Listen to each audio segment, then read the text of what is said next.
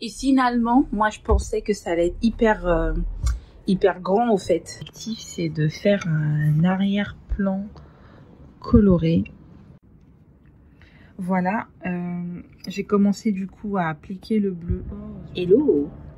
Alors je suis sur mon balcon, il fait beau. Je profite de ma pause pour filmer ce vlog. Ça fait hyper longtemps que je n'ai pas fait de vlog sur la chaîne. Et donc j'ai décidé de m'y remettre. Je ne sais pas trop où regarder. Donc vous allez avoir un tout petit peu de bruit vu que j'ai juste mon téléphone et j'ai pas de système, faut que je trouve ça d'ailleurs, pour brancher un micro sans fil. Ce matin, je suis allée acheter ces planches de bois qui sont derrière moi. Ça fait des semaines, pour ne pas dire une année, que j'ai envie de faire un paravent pyrogravé et qui me servirait d'arrière-plan pour mes vidéos.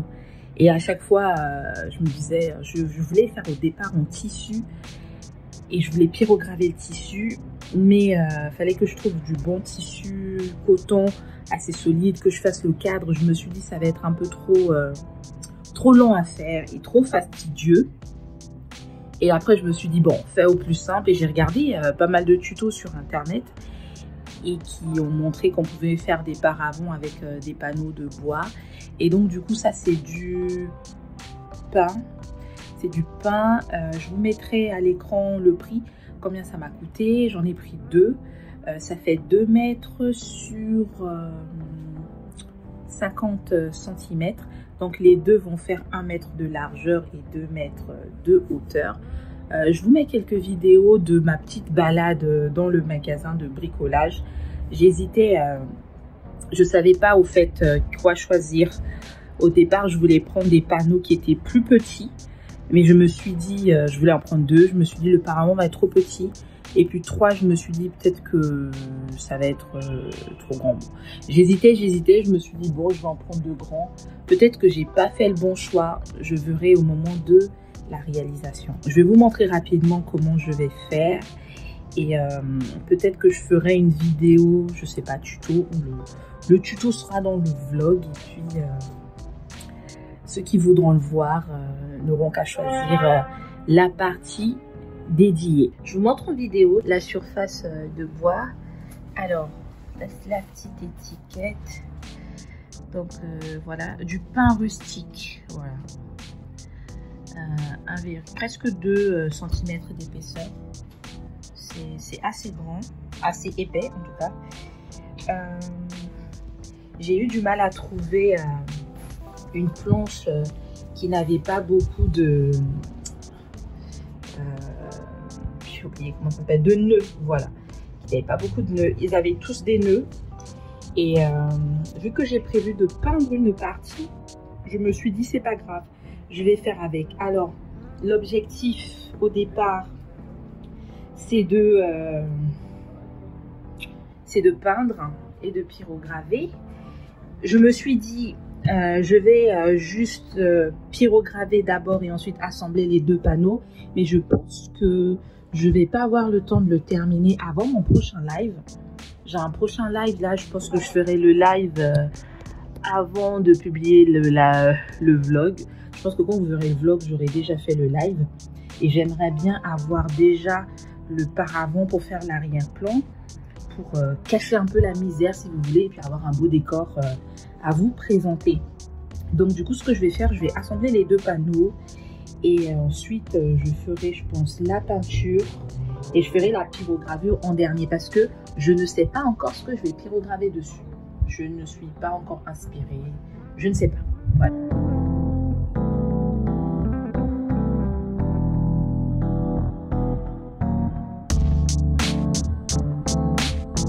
Je vous montre rapidement le matériel. Du coup, il vous faudra en plus des 2 panneaux de bois, de la feutrine, une règle pour mesurer là où vous allez fixer les charnières. C'est les charnières que ça se dit? Je pense oui. Des vis, un tournevis, une paire de ciseaux pour couper la feutrine. Et la feutrine va me servir à mettre sur le rebord, là où va reposer le paravent. Alors j'ai terminé de poser les charnières, donc j'en ai collé 3. Je pense que c'est suffisant pour la longueur. Dans les tutos que j'ai vus, c'était 3 aussi. Et je pense que les panneaux avaient à peu près la même hauteur que les miens. Donc 10 cm ici, de l'autre côté aussi. Et là, je l'ai mis au milieu. Donc j'ai tracé le trait du milieu et j'ai fait en sorte que ça soit bien centré par rapport au milieu. Donc, qu'est-ce que j'allais dire? Ça, c'est la face que je vais pyrograver et l'autre aussi de l'autre côté. Donc, j'aurai juste à swipe, tourner, pyrograver cette face et pyrograver de l'autre côté. Je pense que je vais pyrograver debout. Je pense que ça va être... Après, je pyrographe souvent debout, mais sur une table. Et donc, du coup, souvent, le support sur lequel je pyrographe est à plat. J'ai oublié de vous préciser, j'ai posé aussi la feutrine. Voilà, pour ne pas que ça puisse rayer le sol à l'intérieur si je le rentre. Je pense que je le rentrerai pour ne pas qu'il s'abîme avec la pluie. Voilà ce que ça donne. Alors, je vais essayer de reculer un peu pour qu'on puisse voir. Il est assez haut, hein, il touche presque le plafond. Oui, je pense que je dois pas avoir 3 mètres de hauteur sur plafond, sur mon balcon. Je dois peut-être en avoir 2,50 m. Mais ce n'est pas le plus important. Le plus important, c'est de voir comment c'est. Et finalement, moi, je pensais que ça allait être hyper grand, au fait. C'est-à-dire que quand je vais déplier là, ça aurait pris toute la largeur là. Et donc du coup, en fait, j'aurais pu faire 3 panneaux. J'hésitais entre 3 panneaux et 2 panneaux. Mais bon. Et donc du coup, qu'est-ce que je disais? Mais au fait, au départ, c'est là. C'est ici que je vais pyrograver. C'est les côtés que j'ai jugés les plus intéressants par rapport aux nœuds. Mais quand j'y repense, au fait, je peux faire les deux. Hein. C'est ce que je disais, ce que je me disais à moi-même. Souvent, les paravents sont double face parce que autant comme ça, je fais comme ça. Du coup, ça va faire comme ça quand je vais faire des vidéos. Il y aura un arrière-plan. Mais du coup, vous verrez, je pense que ces côtés-là, je vais être au-dessus. Mais je vais pyrograver tout le long, vraiment du haut jusqu'en bas.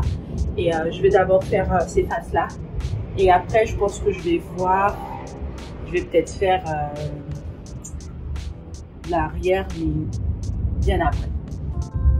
Un petit retour vers le futur, mais au fait, oui, j'aurais dû faire attention parce que finalement, le côté, parce que là, quand ça va se plier, ça va être tout plat.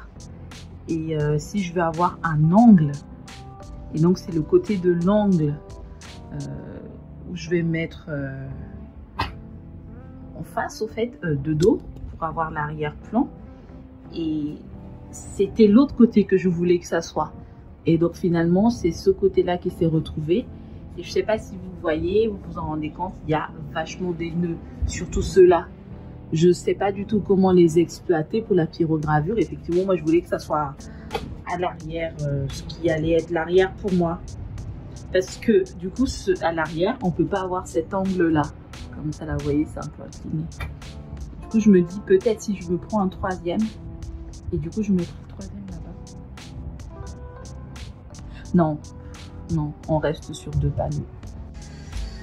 Voici comment c'est, du coup, sur ce qui est l'arrière selon moi. Vous voyez? Et c'est cette partie-là que je voulais pyrograver. Et je trouve les nœuds, vachement plus beaux. Et je vais tourner la caméra. Et si je me mets comme ça, vous voyez, c'est... Je mets comme ça. Non, c'est pas bon. C'est pas bon du tout. C'est pas bon du tout. Bon, bah, on va voir comment faire.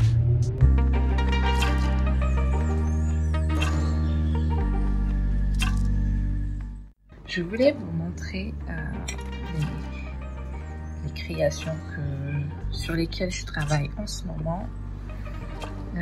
Ce sont des planches de bois que j'ai achetées sur Amazon. C'est du contreplaqué de bleu, je pense, si je ne me trompe pas, ou peut-être du bleu. Je vais vous mettre ça en vidéo, en précision. Et ce sont des modèles que j'ai trouvés sur internet. Et l'objectif, c'est de faire un arrière-plan coloré et pour pouvoir faire ressortir la pyrogravure. Alors, j'ai travaillé en lot. Du coup, je fais les étapes de la création en lot. C'est un terme qui est beaucoup utilisé en anglais, qu'on appelle ça le batchwork. Et donc, du coup, ce que j'ai fait, déjà, j'ai acheté mes planches de bois, je me suis assurée qu'elles étaient déjà bien prêtes pour être pyrogravées. Celle-ci, je l'ai réalisée pendant le live du coup d'hier soir. Aujourd'hui, nous sommes dimanche. Vous avez déjà dû du coup probablement voir le live. Si vous n'avez pas vu, si vous n'étiez pas, je vous mets le replay juste pour l'information de cette vidéo. J'ai choisi les modèles, je les ai imprimés et ensuite j'ai transféré les modèles sur les planches et ensuite j'ai pyrogravé les contours à main. Et ensuite après je fais le remplissage. Du coup celui-là j'ai déjà commencé un tout petit peu à faire un peu les remplissages. Et donc ce soir c'est ce que je vais faire avec mon pyrograveur, le Burmester Eagle. Je vais faire des remplissages dans certains espaces des pyrogravures et ça me permet au fait de travailler un peu plus vite en travaillant de cette manière-là. Je pense pas que ce soir je vais terminer tous les remplissages, mais du coup je vais déjà commencer. Et par exemple l'objectif que je vais me fixer, c'est que cette semaine je termine tous les remplissages et pour que le week-end prochain ou la semaine d'après, je fais les finitions, donc à savoir la peinture, le vernis, le crochet, la signature, je finalise vraiment le tout.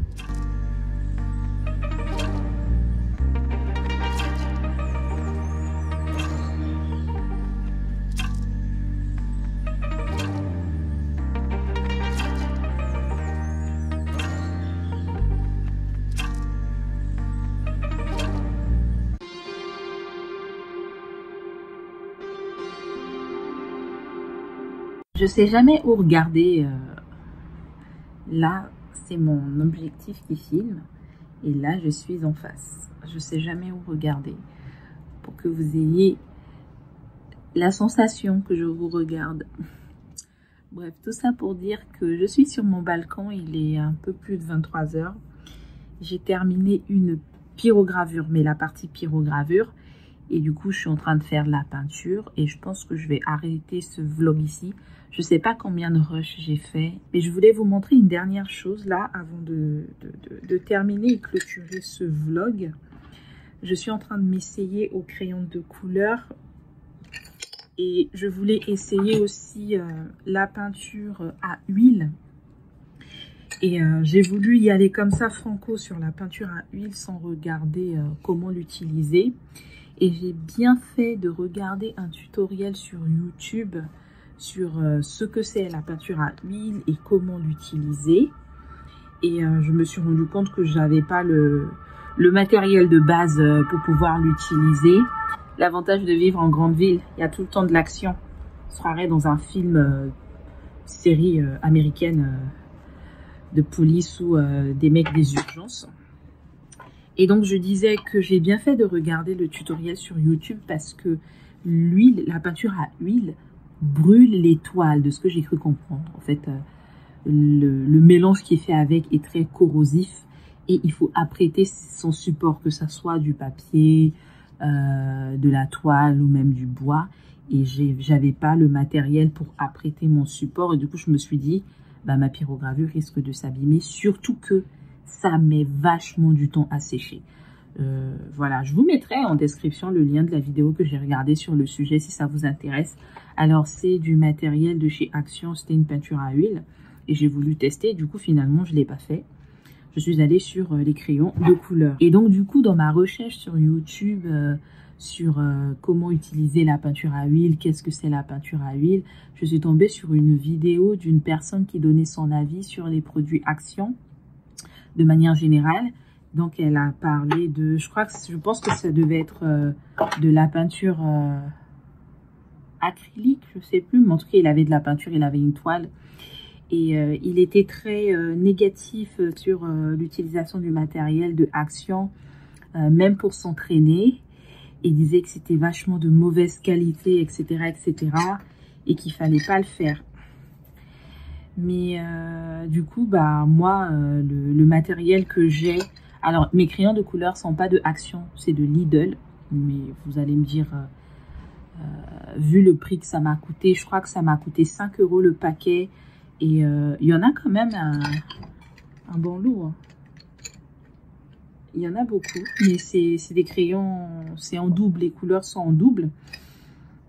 Et on pourrait se dire qu'à ce prix-là, c'est pas de la bonne qualité. Je vais vous montrer du coup ce que j'ai déjà fait avec. Voilà, j'ai commencé du coup à appliquer le bleu. Oh zut, j'espère que j'ai pas mélangé. Parce qu'au fait, après, il faut que je retrouve le même bleu. Il faut que je reste sur le même parce que si je suis pas sur le même, je risque d'avoir des bleus différents. Bon, je vais facilement le retrouver parce que j'ai vachement entamé la mine. Voilà, je l'ai trouvé. J'ai presque, voilà, fini la mine. Et du coup, j'ai déjà fait ça. Et du coup, moi, je suis pas d'avis avec la personne qui a fait la vidéo sur YouTube qui dit de ne pas utiliser le matériel de Action ou d'autres magasins qui font des petits prix pour pouvoir apprendre tout ce qui est art au fait. C'est pas donné à la portée de tout le monde d'acheter du matériel, même pour débutants, qui va être un peu plus quali, mais qui est moins quali dans la gamme des super matériels, mais qui ont quand même envie d'exprimer une forme d'art et il leur faudrait du matériel. Ce serait dommage de leur dire non, ne faites pas ça, ne prenez pas du matos chez Action ou autre, c'est bas de gamme, c'est pourri, prenez du matériel un peu de meilleure qualité, mais du coup qui va être hors budget, quoi. C'est pas top parce que si vous n'avez pas le budget, vous allez vous réfréner, vous allez vous dire j'attends d'avoir le budget pour acheter la toile à 5 € au lieu d'acheter la toile à 1 € de chez Action parce que c'est pourri. Et je me suis rendu compte que finalement, la question n'est pas tant le matériel, la question c'est qu'est-ce que vous voulez exprimer. Parce que ce que l'on veut exprimer, je suis d'accord que la forme, ça compte. Mais finalement, ce qui compte le plus, c'est ce que l'on veut exprimer. En ce moment, je suis en train de m'intéresser à l'histoire de l'art et je regarde un peu des œuvres d'art qui ont été faites. Je peux vous dire que j'en ai vu des œuvres d'art en termes de forme qui sont d'une simplicité déconcertante, mais qui vont exprimer quelque chose de déconcertant aussi, ou parfois, mais d'une simplicité banale et qui ne va exprimer rien du tout, même si l'œuvre d'art va utiliser, c'était, je crois que celle que j'avais vue qui m'a le plus marqué, je ne sais pas si j'ai le droit de mettre les photos sur YouTube par rapport aux droits d'auteur, c'était un coup de broche rouge. Imaginons que la peinture rouge qui a été utilisée dans cette toile et que même ça a été fait en plusieurs couches, je ne sais plus si c'était de la peinture à huile ou de la peinture autre que la peinture à huile, parce que la peinture à huile, ça met vachement de temps à sécher. Mais même, quoi, on se dit par exemple que c'est une peinture à huile de super qualité, qui est d'une marque hyper reconnue dans le domaine de la peinture à huile. Mais l'œuvre en soi, vous voyez ce que je veux dire. Donc moi, je vous recommande souvent du matériel qui pourrait être jugé bas de gamme, low de gamme, dans le sens où le contreplaqué, c'est pas, entre guillemets, un bois noble. On va dire que c'est des chutes de bois, le contreplaqué. C'est vraiment le truc en bas de l'échelle de valeur du bois. Il y a des contreplaqués un peu plus premium, mais pour s'entraîner, c'est bien, c'est pas trop cher, surtout si vous cramez le bois, que vous faites des choses que vous n'êtes pas satisfait, que vous recommencez plusieurs fois, même si, je sais pas moi, ça dépend si vous conservez bien vos créations, ça peut durer hyper longtemps, ça peut durer des années et des années. Il faut juste savoir comment les conserver. D'ailleurs, il faut que je vous en parle une prochaine fois de la conservation de vos créations. Mais après, la question de est-ce qu'il faut les vendre ou pas les vendre, si vous achetez votre matos à Action, libre à chacun de faire ce qu'il veut. Mais prenez selon votre budget pour apprendre. Et quand vous allez apprendre, quand vous allez être sûr de votre art, allez vous acheter une planche de bois à 50 €, 30 €, des crayons de couleur à 50 €. Faites un truc de ouf et vendez-le à 5000 €, quoi. Mais bon, voilà. Pour apprendre, prenez ce que vous avez en termes de budget. Voilà, je voulais vous partager ça, cette petite réflexion. Et je voulais aussi vous parler de mes yeux qui me font mal avec la lumière. Vous le voyez à l'arrière, là. C'est pas intéressant de faire de l'application de couleurs le soir.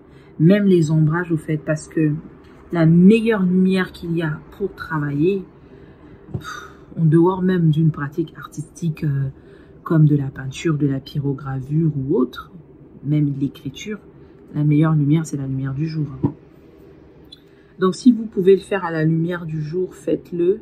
Parce que là, si ça se trouve, le bleu que j'ai choisi, c'est vraiment pas du tout le bleu que je voulais. Parce que la lumière que j'ai là, elle est blanche. Et il y a des fois où j'ai l'impression que le rendu de la couleur avec la ring light n'est pas la même. Là, par exemple, vous me voyez là, avec la ring light, j'ai un teint hyper lisse. La lumière du jour, il n'est pas si lisse que ça, mon teint. Voilà, le petit aparté. Bon. Donc, les couleurs, si l'on peut, mais si l'on peut pas, on fait avec. En fait, ça, c'est un tableau que je fais pour offrir. C'est à la fois un essai que j'espère réussir. Si c'est pas réussi, bon, je vais le recommencer, mais je pense qu'il sera réussi en termes de rendu visuel.